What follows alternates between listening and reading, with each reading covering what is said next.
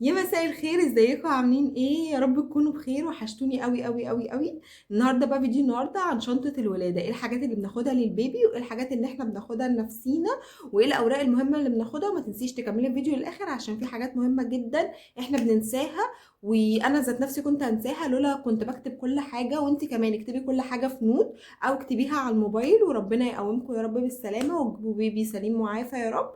قولوا لي بقى في الكومنت، انت في الشهر الكام؟ قربتي على الولاده ولا لا؟ هتولدي امتى؟ وان شاء الله ربنا يتمم لكم على خير كلكم يا رب، وتقوموا كلكم بالسلامه باذن الله. وما تنسيش بقى تعملي لايك للفيديو واشتراك في القناه وتبعتي الفيديو ده لو في واحده حامل ومحتاجه تستفيد من الفيديو. اول حاجه هنتكلم فيها هي الشنط دي.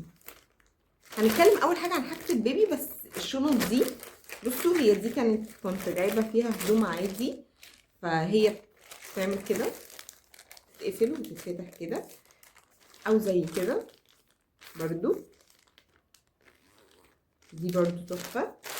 او منظمات زي كده مثلا بتتقفل. الشنط دي مهمة مهمة مهمة مهمة. ليه بقى؟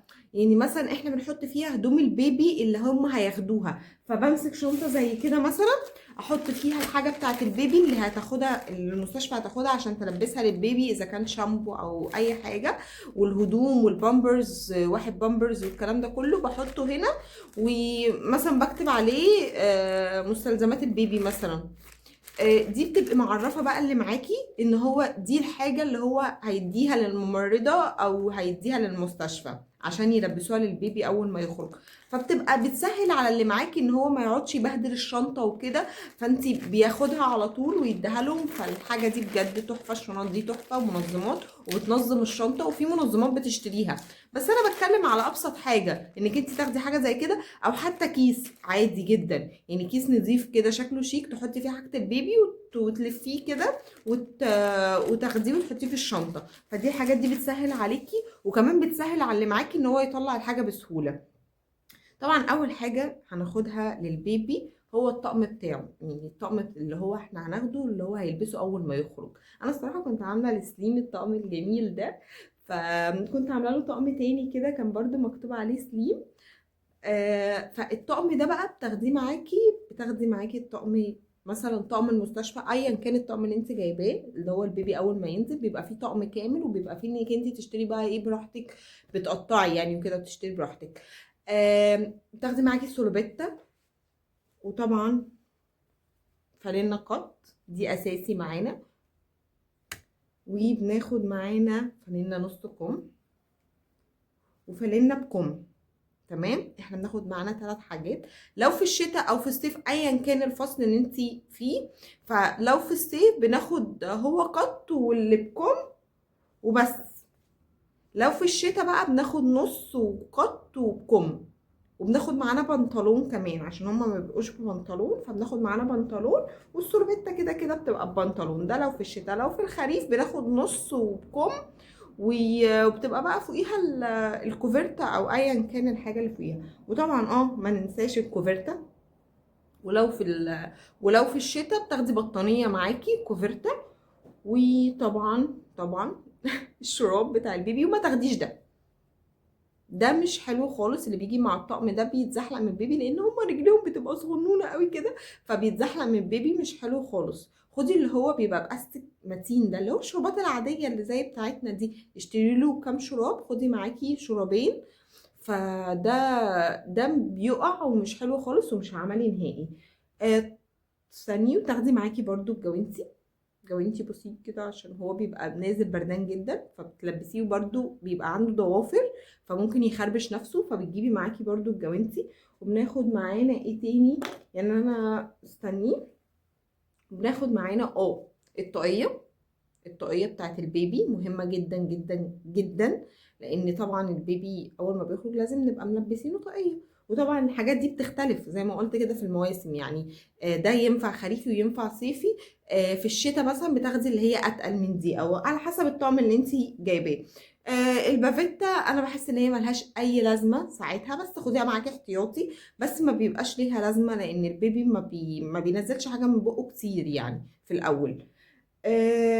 طبعا كل الحاجات اللي احنا قلنا عليها دي بناخد منها طقمين، وممكن تاخدي 3 احتياطي، يعني خدي التالت كده احتياطي. عامة انا ما استخدمتش غير هو طقم واحد، بس انا بتكلم في ان مثلا ممكن تباتي، ممكن ايا كان، البيبي يسرب ايا كان، بتاخدي منها اتنين حاجتين، وممكن تزودي 3. انا كنت واخدة 3 الصراحة احتياطي، وانا ما لبستوش غير حاجة واحدة بس.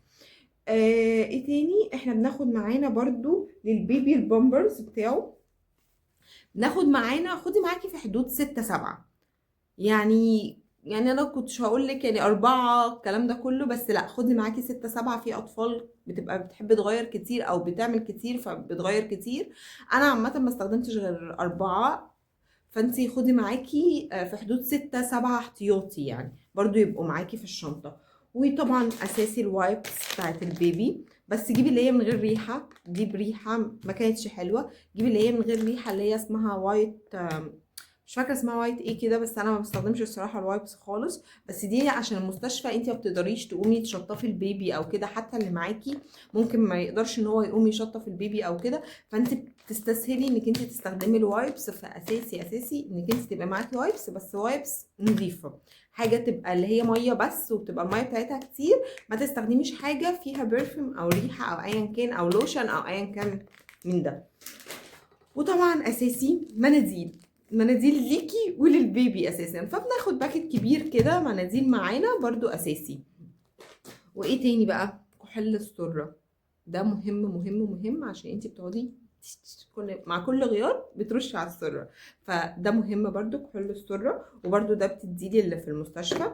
وطبعا بناخد معانا شامبو، بس بناخد معانا شامبو اللي هو الصغنون ده، اللي هو ما تاخديش حاجات كبيرة، لا خدي الحاجات الصغنونة. فبناخد معانا الشامبو الصغنون ده للبيبي. او لو ما عندكيش عبوه صغننه وعندك جبتي العبوه الكبيره، فبناخد حاجه زي كده نحط فيها، اللي هي الحاجات بتاعه السفر والرحلات، بنحط فيها شويه شامبو او كده، بتبقى للبيبي، مخصصه للبيبي.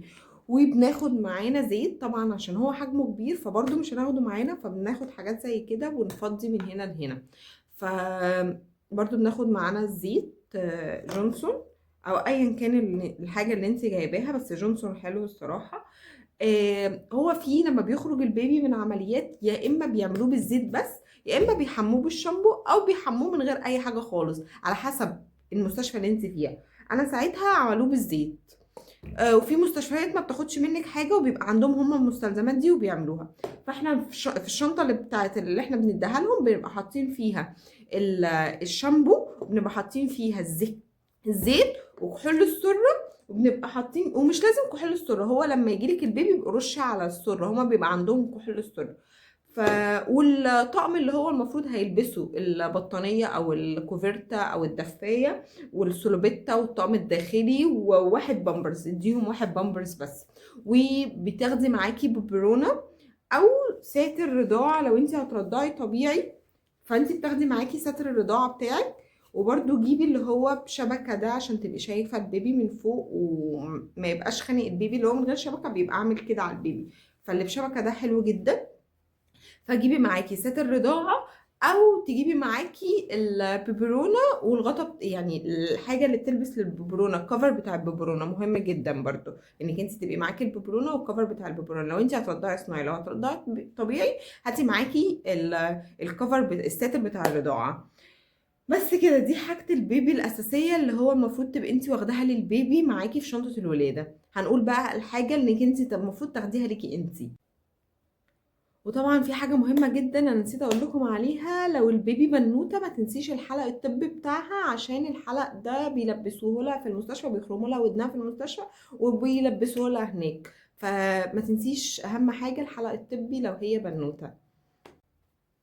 اول حاجه بقى الام لازم تاخدها معاها هي بيجامه زراير، او فستان مثلا بسوسته، او مثلا جلابيه برضو تبقى بزراير من قدام او سوسته، وروب. بناخد معانا طقمين، بيبقى احتياطي برضو الطقم التاني. وما تحاوليش تاخدي حاجات فاتحه، حاولي تاخدي حاجات غامقه، يعني مثلا بيجامه سودا لو انت عايزه حاجه فاتحه مثلا تروحي بيها او تتصوري بيها، فخدي معاكي حاجه واحده تبقى فاتحه، لكن باقي الحاجه تبقى سودا مثلا، رمادي غامق، اهم حاجه تبقى حاجه غامقه.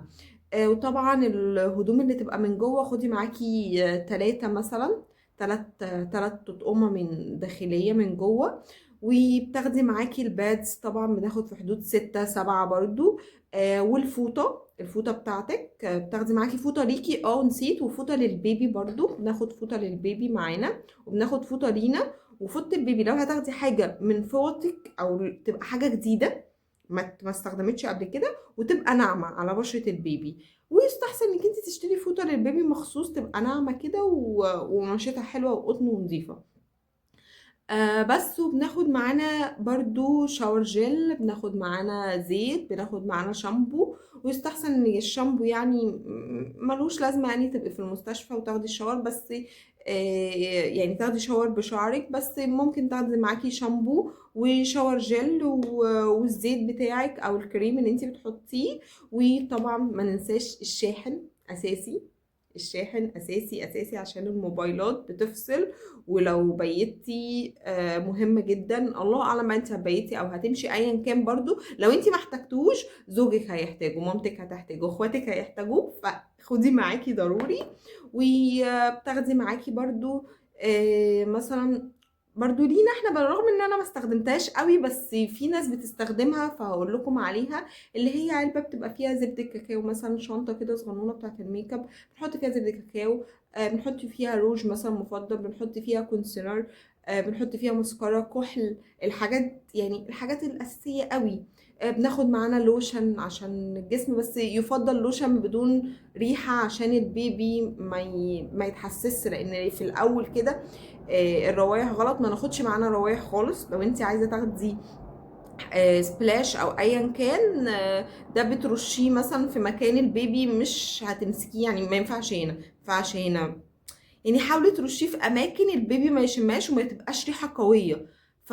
الصراحه ما يفضلش انك انت تاخدي معاكي سبلاش والكلام ده كله. في ناس بتاخد معاها، بس انا الصراحه فضلت ان هو مش هحط حاجه زي كده. حتى اللوشن بيبقى من غير ريحه عشان البيبي، يعني الحاجات دي بتحسس البيبي جدا. حتى اللوشن كان من غير ريحه، فخدي معاكي لوشن بدون ريحه. بس يعتبر دي الحاجات بتاعت الام. سليبر مهم جدا، يبقى مريح ويبقى فلات. متاخديش حاجه بكعب او كبيره، لا يبقى فلات ومريح لرجلك عشان تقدري تمشي بيه، وهو ده اللي هتروحي انت بيه. فاساسي تاخدي حاجه مريحه وتقدري انك انت تمشي بيها. وخدي معاكي مثلا بندانتين اللي هما بيبقوا مقفولين من ورا دول، عشان يبقوا مغطين شعرك، عشان ممكن ما تقدريش انك انت وانت في الاوضه تلفي الطرحه كامله يعني، والدكتور لما يجي والكلام ده كله. فحاولي انك انت تاخدي البندانه اللي هي بتبقى مقفوله من ورا وبتبقى مغطيه، حتى عشان وانت داخله العمليات تلبسيها مثلا تحت الطوق، لان الطوق اللي بيدوه ده بيبقى شفاف، فبتلبسيها من تحت الطوق عشان ما يبينش اي حاجه. او تاخدي بتاعتين من اللي هم بتوع العمليات دول تلبسيهم فوق بعض. بس يستحسن جيبي بندانه والبسيها افضل، يعني افضل ما شعرك يبقى باين او كده لو انت محجبه. لو مش محجبه عادي يعني ما تاخديش الحاجه دي. وخدي معاكي طرحتين على حسب الطقم ده والطقم ده اللي انت واخداهم معاكي. وبس كده. يعتبر دي الحاجات الاساسيه اللي المفروض تاخديها معاكي كمامي. وخدي معاكي شنطه، يعني شنط اللي هي البلاستيك دي، عشان ما تيجي تغيري للبيبي ما ترميش الحاجه كده في الباسكت، لا حطيها في الشنطه واقفليها وارميها في الباسكت. دي الحاجات الاساسيه للام. الحاجات بقى الاساسيه قوي اللي انا نسيتها وافتكرتها في الاواخر خالص، ايه هي؟ الورق. خدي معاكي اخر تحاليل الدكتور كان طالبها منك، اخر تحاليل انت عملتيها، دي مهمه. خدي معاكي كارنيه تامين لو انت معاكي تامين او كده. بطاقتك اساسي عشان انت برضو هتنسيها. ايه تاني؟ بتاخدي معاكي قسيمة الجواز. قسيمة الجواز عشان دي بقى اللي كنت انا هنساها. الكمبيوتر، وخدي معاكي التانية اللي هو انت خدتيها بالمأذون، والكمبيوتر خدي معاكي الاتنين دول عشان التسجيل بتاع البيبي في الصحة بيطلبوا قسيمة الجواز، ومش بيطلعوها غير بقسيمة الجواز. فخدي معاكي قسيمة الجواز واخر تحاليل وبطاقتك وكارنيه تأمين لو انت معاكي كارنيه تأمين، وحطيهم في حاجة شبه كده برضو، يعني بنحطهم في حاجة شبه كده عشان يعني او دوسيه او ايا كان، عشان يبقوا يعني يبقوا يتاخدوا كده مع بعض، عشان ما فيش اي حاجه فيهم تضيع وتتحط على وش الشنطه، او تاخديها في الشنطه بتاعه الايد، او تحطيها فوق الشنطه مثلا، عشان لما تيجي مثلا خلاص بقى هتولدي وكده، فزوجك يشد الشنطه يبقى عارف ان ده ورق مهم ولازم ياخده معاه. فدي حاجه مهمه تبقي مجهزاها وحطاها.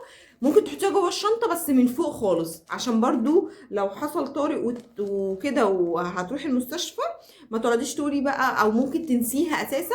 فحطيها جوه الشنطه من فوق خالص عشان تبقي عارفه، او اللي معاكي يبقى عارف يسحب على طول وايه وياخدها، عشان هي مهمه فعلا والله. ما تنسوش الحاجه دي، لان من غيرها زوجك هيرجع البيت تاني، او ايا كان قرايبك هيرجعوا البيت عشان يجيبوها. فليه؟ خلينا احنا محضرينها وحاطينها في شنطه المستشفى اساسي.